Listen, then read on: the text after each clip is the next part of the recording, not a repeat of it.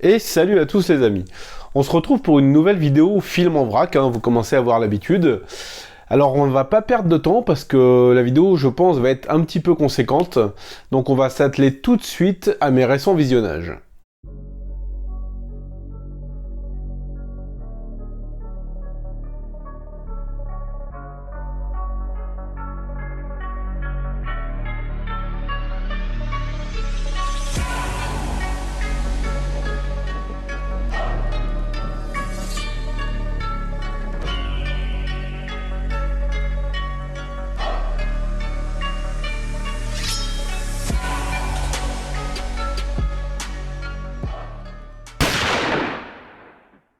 Et on commence tout de suite avec un film originaire du Danemark, réalisé par Christian Tadfrup, ce nom me fait rire malgré moi, qui va nous raconter l'histoire d'un couple avec un enfant qui va partir en vacances, et qui là-bas va se lier d'amitié avec un autre couple qui sont eux aussi en vacances avec leur enfant, et qui quelques temps plus tard les invite à passer un week-end ensemble, et lorsque tout le monde est sur les lieux, une ambiance étrange va s'installer.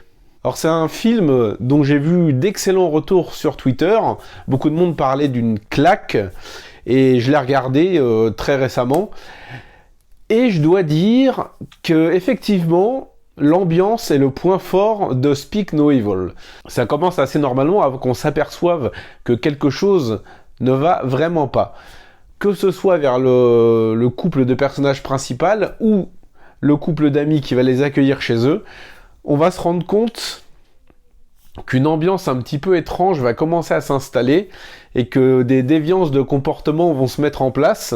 Et c'est là que le film est très fort. Il arrive vraiment à installer quelque chose de malsain, mais sans d'effet grandiloquent, sans grande scène choc, mais qui va, au détour de scènes a priori normales, comme un repas ou un retour en voiture, on va sentir que quelque chose de vraiment étrange et d'assez pervers, d'assez malsain va se mettre en place. Et je dois dire que le film tient ses promesses, c'est vraiment un film choc, mais peut-être qu'il m'a choqué pas forcément pour les bonnes raisons. J'en ai déjà parlé sur la chaîne, mais en tant que parent, j'ai du mal à accepter certaines réactions dans des films de personnages qui sont parents. J'aime mon enfant plus que tout, et la simple idée que quelqu'un puisse vouloir lui faire du mal ou faire des choses déplacées avec lui, ça me rend complètement fou. Et là où le film m'a vraiment dérangé, c'est que il y a quelque chose dans l'attitude des parents qui est vraiment bizarre, qui est assez déroutant parce qu'ils semblent accepter mollement ce qui se passe. Il y a un espèce de rapport de force un petit peu étrange qui va s'installer, et je dois dire que c'est ça qui met vraiment mal à l'aise. Il y a dans ce film toute une mise en place qui va vraiment amener à des événements assez dérangeants, mais aussi à des événements qui m'ont fait presque m'arracher les cheveux, comme le couple qui décide de partir en pleine nuit parce que vraiment ils sentent que ça va pas. Mais sous prétexte que l'enfant a oublié son doudou là-bas, ils font demi-tour et ils retournent le chercher, et du coup ils se confrontent au couple qui les avait invités, et au final, ils décident de rester quand même, bien qu'ils avaient pris la décision de fuir en pleine nuit. Et le film, dans sa deuxième partie, est bourré de ce genre de scènes, et je dois dire que vraiment, le film m'a à la fois déçu, mis en colère, choqué, interloqué. Donc quelque part, il a rempli son office. Je sais que je vais m'en rappeler un long moment, parce qu'il y a vraiment des scènes qui m'ont paru totalement irréelles, et qui est à la fois presque impossible, parce que je peux pas concevoir qu'on maltraite ton enfant sous tes yeux et que tu ne te jettes pas immédiatement sur la personne en train de faire ça pour, je sais pas moi, lui arracher le visage ou lui casser les deux bras. À un moment donné, le cerveau reptilien se met en place, les réflexes de survie, de sauver son enfant. Mais là, je dois dire que vraiment, Speak No Evil, ça m'a mis en déroute, en fait.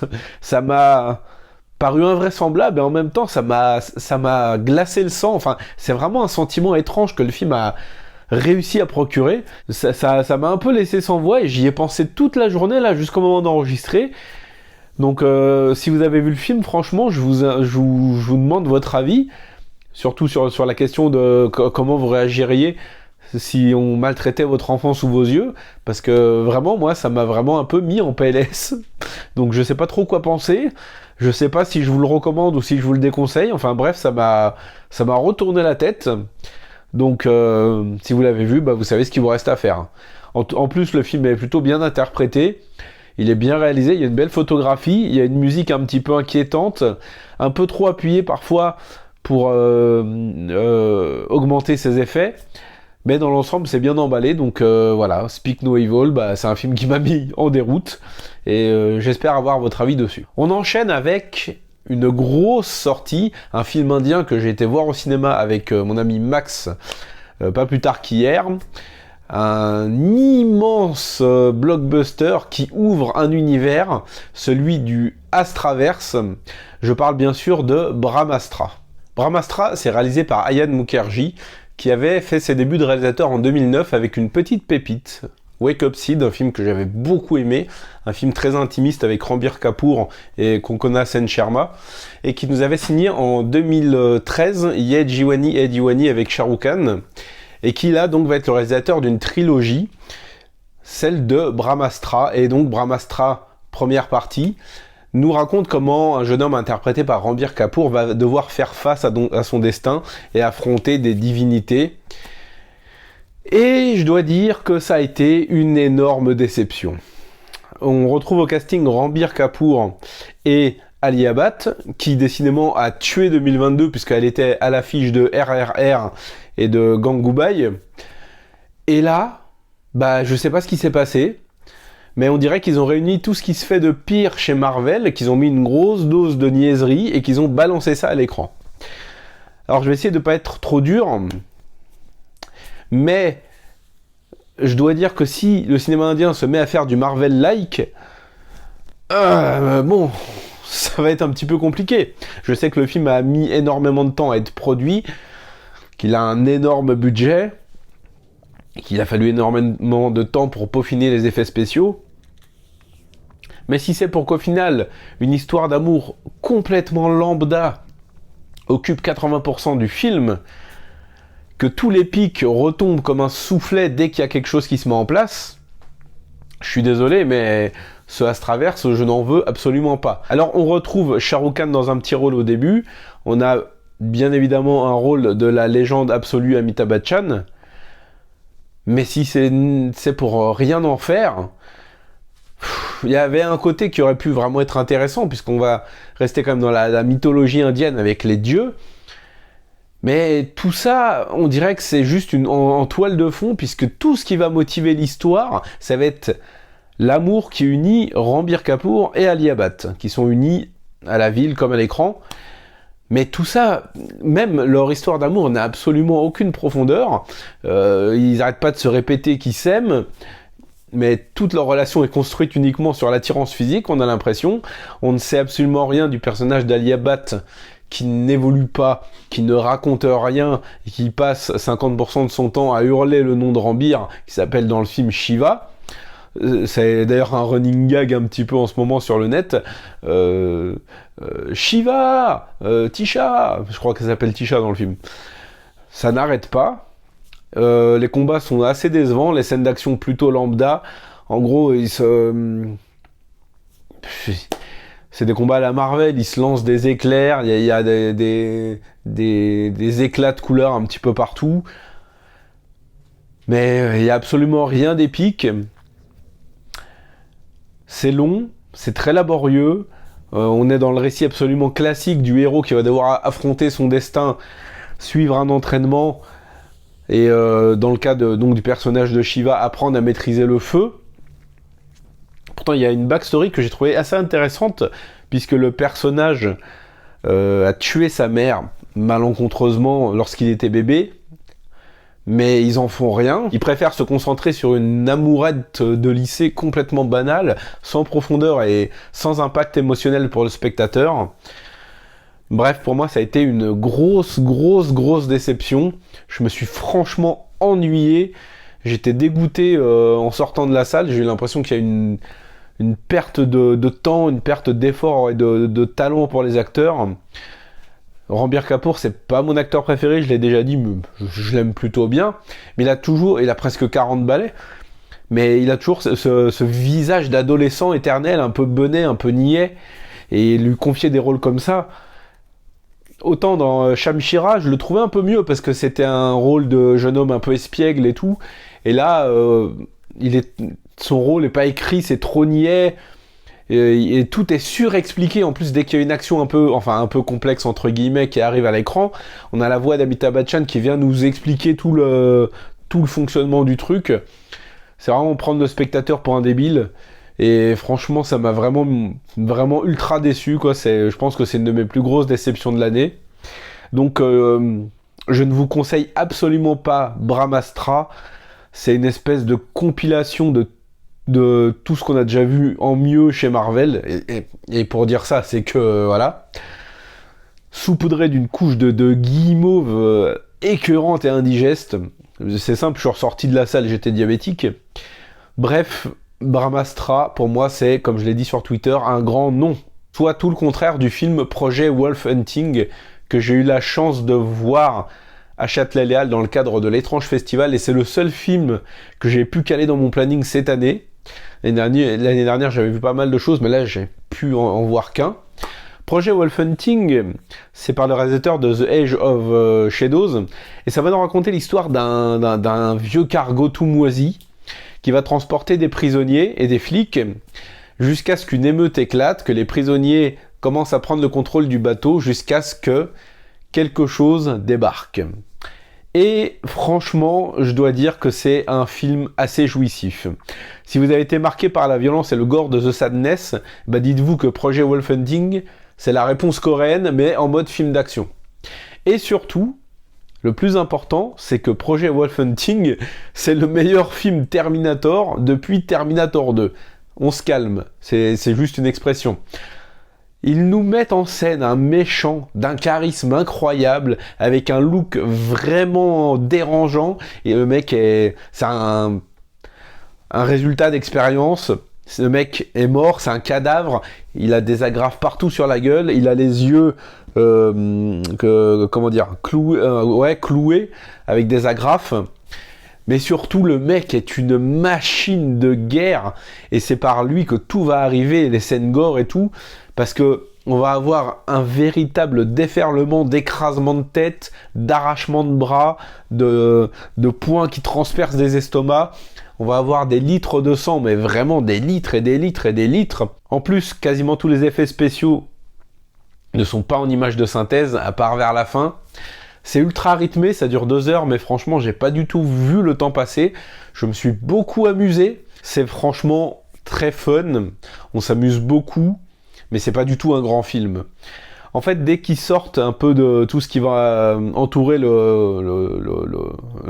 Terminator coréen,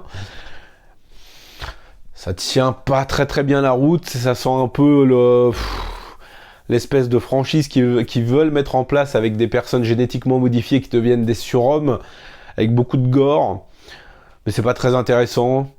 Le personnage principal, on sait pas trop qui c'est au début, parce qu'on va en suivre plusieurs, mais ils vont se faire dégommer les uns après les autres. Et voilà, en fait, dès que le Terminator n'est pas à l'écran, enfin le Terminator, désolé pour ce tic de langage, mais c'est vraiment un putain de Terminator. Ça perd vraiment de son intérêt. L'intrigue à côté peut donner quelque chose de sympa, mais on a déjà vu ça en mieux. En fait, ce film, c'est The Witch, mais en réussi et en gore. C'est ce que The Witch aurait dû être. Quasiment tout le monde y passe. Le personnage, c'est un monstre. Il est ultra massif. Quand il tape, il défonce, il arrache, il casse, il brise. Et il va super vite des fois. Il évite les coups de feu. Après, on va avoir des maladresses de mise en scène, comme des personnages qui vont se retrouver face à lui avec des mitraillettes, prêts à l'arroser. Mais au lieu de tirer, ils vont être là, oh, qu'est-ce que tu es? Oh, qu'est-ce que tu es? Non, je vais attendre que tu te rapproches pour peut-être commencer à tirer, mais à te manquer alors que t'as la gueule juste en face de moi. Enfin voilà, ce genre de truc assez insupportable. Mais on s'amuse tellement que moi je suis passé, j'ai dit ok, c'est pas grave, j'accepte, c'est complètement con. Mais franchement, c'est très divertissant.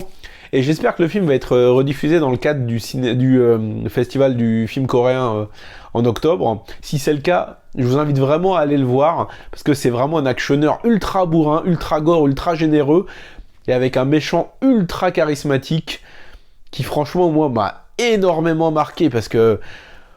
Waouh, oui, il pète la classe, ce méchant. Donc Projet Wolf Hunting a vraiment été une bonne surprise. Disponible sur Netflix, Mad Kilo est réalisé par Syamsul Youssof, j'espère que j'ai pas trop écorché son prénom, et va se passer en Malaisie à la fin des années 1890, début 1900, avec l'invasion anglaise sur les terres de Malaisie, et comment une poignée de Malaisiens va décider de se rebeller contre ces envahisseurs ultra cruels. Alors, comment dire, c'est un pur film d'exploitation, qui se veut un peu film historique en même temps, qui va être ultra raciste, puisque dans RRR, c'était déjà ultra raciste au possible, mais on avait quand même un personnage féminin anglais pour nuancer un peu tout ça. Là, walou, vous aurez rien, tous les Anglais sont des monstres absolus, qui ne pensent qu'à torturer les Malaisiens H24.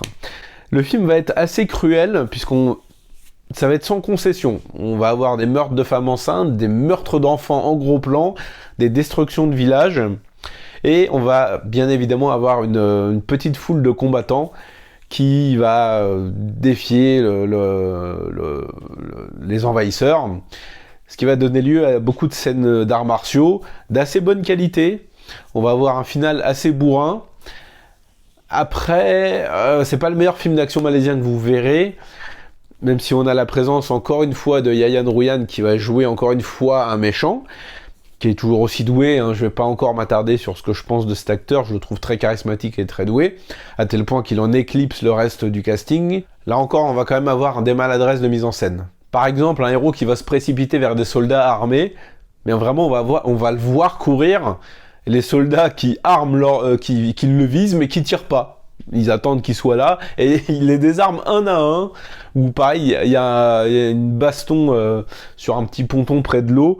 Le mec est encerclé et pendant qu'il se tape, il y a des mecs c'est un peu ce que je disais dans Carter. Il y a des mecs en fond qui attendent.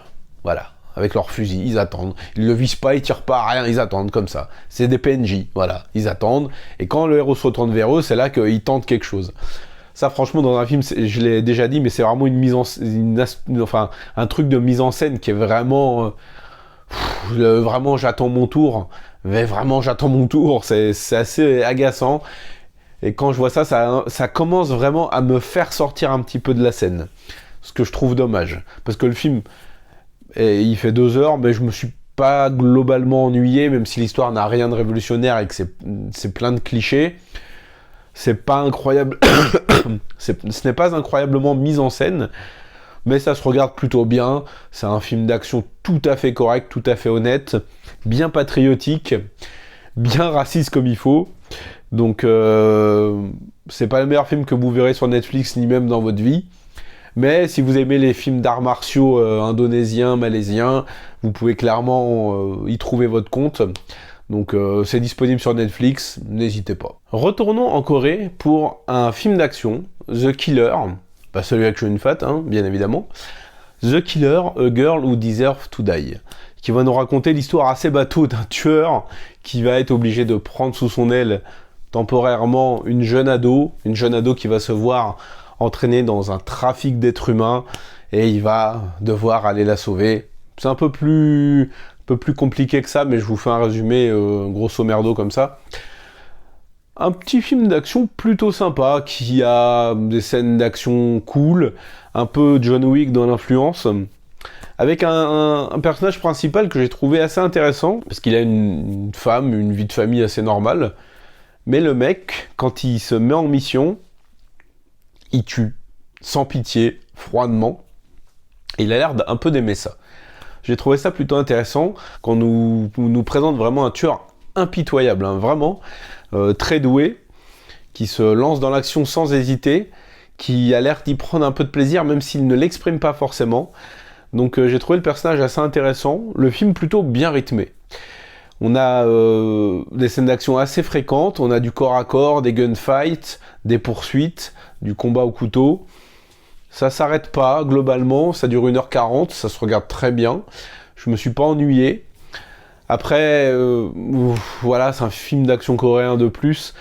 Il va pas non plus être ultra original, ni être le summum de ce que vous pourrez voir.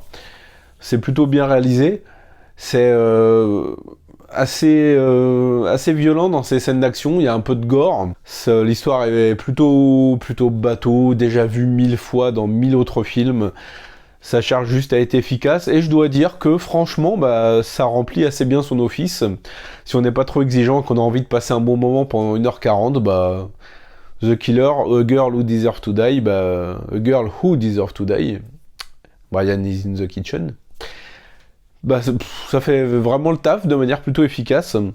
Donc j'ai vraiment pas grand chose à dire dessus, pas grand chose d'intéressant en tout cas, puisque c'est un actionneur sympa, sans prétention, qui ne se démarque pas forcément du lot, il reste efficace, mais voilà, je suis content de l'avoir vu.